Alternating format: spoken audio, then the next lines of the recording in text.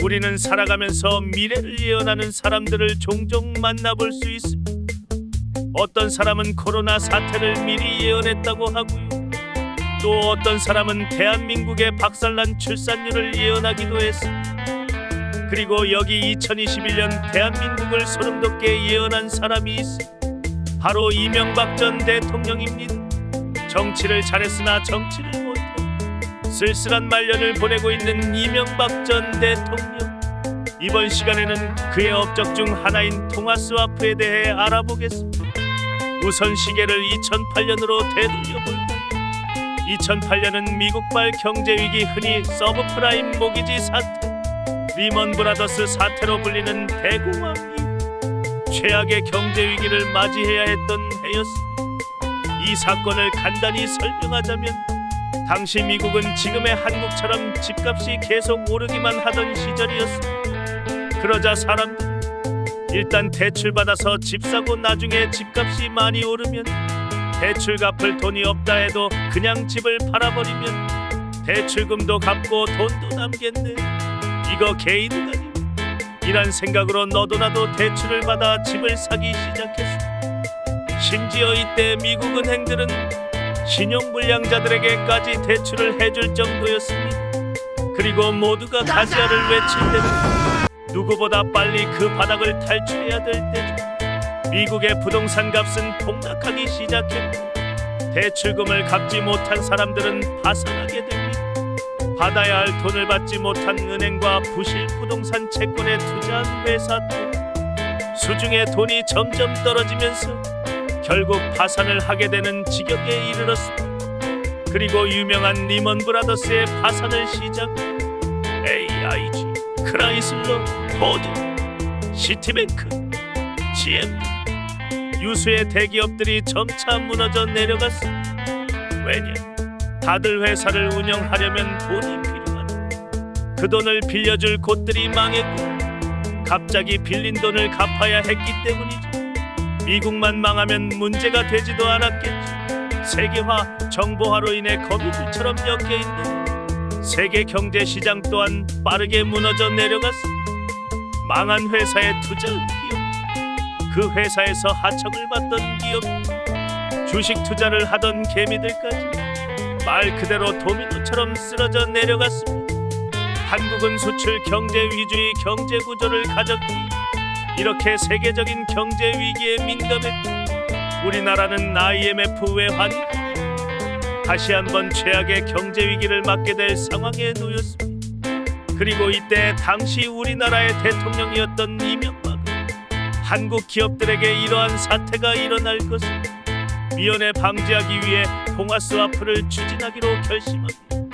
당시 한국은 9월에 큰 경제 공황이 올 것이라는 9월 위기설이 돌고 있었고 파이낸셜 타임스나 더 타임스, 포브스와 같은 해외 언론들도 한국 경제의 침몰을 우려하는 기사들을 내보내던 상황이었으니까 여기서 잠깐 통화스와프란 스왑은 바꾸다, 교환하다는 의미로 국가 간의 통화스와프 협정은 필요할 때 두 나라가 자국 통화를 상대국 통화와 맞교환하는 방식으로 이루어지는 일입니다.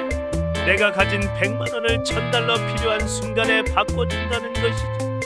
만약 우리가 통화스와프를 통해 많은 양의 달러를 확보하게 된다면 달러가 필요한 순간에 유연한 공급이 가능해지고 이는 곧 환율 상승을 억제하는 효과를 가져옵니다. 동시에 거래대금을 치를 때 달러를 사용하는 국제무역도 달러가 부족해 멈추는 상황을 막을 수 있겠죠. 따라서 이명박은 당시 기획재정부 장관인 강만수에게 미국과의 통화스와프 협상을 제안하라는 지시를 내렸습니다. 그러나 미국과의 협상은 난항을 겪고 있었고 이명박은 한중일 재무장관 회의를 추진해 해결책을 찾기로 합니다. 그러던 중 2008년 11월 11일 일본에서 먼저 30억 달러의 한일 통화스와프를 제안합니다. 그러나 이는 이명박의 기대에 훨씬 못 미치는 금액이었기에 그 정도면 안 하는 것만 못하다며 제안을 거절했습니다. 그러자 일본은 50억을 제시했으나 또 거절. A씨 인심섰다 70억 달러. 안함 수고 크크. 일본은 계속된 거절에 자꾸 이렇게 나오면 IMF 때처럼 아예 협력하지 않을 수도 있다. 며 한국을 위협했습니다. 결국 이명박은 응, 안 해. 라고 대답한 뒤 중국과의 협상에 들어갑니다. 2008년 10월 22일 강만수 장관은 베이징을 방문해 셰실런 중국 재정부장을 만납니다. 한중 통화 스와프는 위안화가 기축통화로 가는 첫걸음이 될 수 있다고 설득합니다. 한마디로 위안이 달러 정도의 위치가 되려면 주변국 가오 좀 살려줘야 하지 않겠냐라는 뜻이었죠. 그러자 중국은 기존 40억 달러 규모를 무려 300억 달러로 늘려주며 여차하면 그 이상도 해주겠다고 나왔습니다. 이 소식을 들은 일본 재무성 고위 관계자는 우리 기획재정부로 전화를 걸어 한중 통화 스와프 사실을 몇 번이나 다시 확인했다고 합니다. 그리고는 자신들도 300억 달러 규모의 통화 스와프가 가능하다며 체결하게 된다면 중국보다 먼저 발표해달라고 하기까지 합니다. 당시 일본은 아시아의 경제대국의 지위를 중국에게 뺏기는 모습을 보이기가 싫었던 거죠. 중국도 300, 일본도 300. 이 상황까지 오자 미국도 결국 한국과의 통화 스와프 체결을 할 수밖에 없게 되었습니다. 한미동맹도 있고 아시아에서 급부상하는 중국의 위상을 견제할 필요도 있고 하니 가만히 앉아서 지켜만 보고 있을 수 없었던 거죠.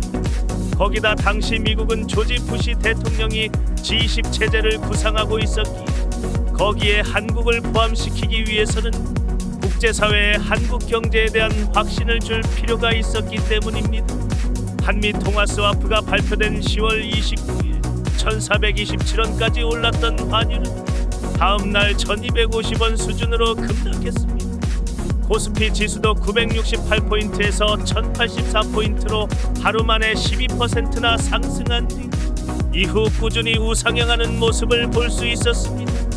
그리고 3년 뒤 유럽발 재정위기가 발발하자 인도네시아, 터키, 미얀마 등의 국가가 한국에게 통화 스와프 체결 요청을 할 정도로 국격이 상승했습니다.